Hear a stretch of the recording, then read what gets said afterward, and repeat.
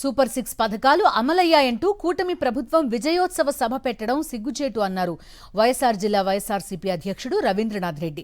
పేద ప్రజలకు నాణ్యమైన వైద్య సేవలు అందించాలనే వైఎస్ జగన్ ప్రతి జిల్లాలో మెడికల్ కాలేజీలు నిర్మించారని గుర్తు చేశారు.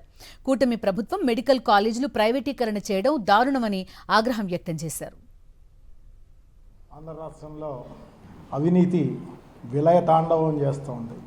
అవినీతి పరాకాష్ఠకు చేరింది.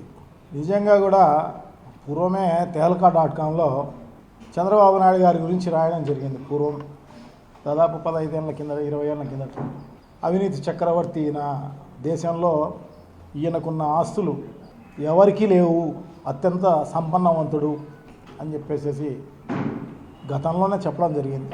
చంద్రబాబు నాయుడు గారి కూటమి పరిపాలన అనేది నిజంగా దురదృష్టం, ప్రజలు చేసుకున్న పాపం. సో ఈ రకమైన పరిపాలన, ఇంత దారుణమైన పరిపాలనను ఎప్పుడు ఎక్కడ ఎవరు చూసిండరు. స్వాతంత్రం వచ్చినప్పటి నుంచి బ్రిటిష్ కాలంలో ఉరివే చూసిండరు.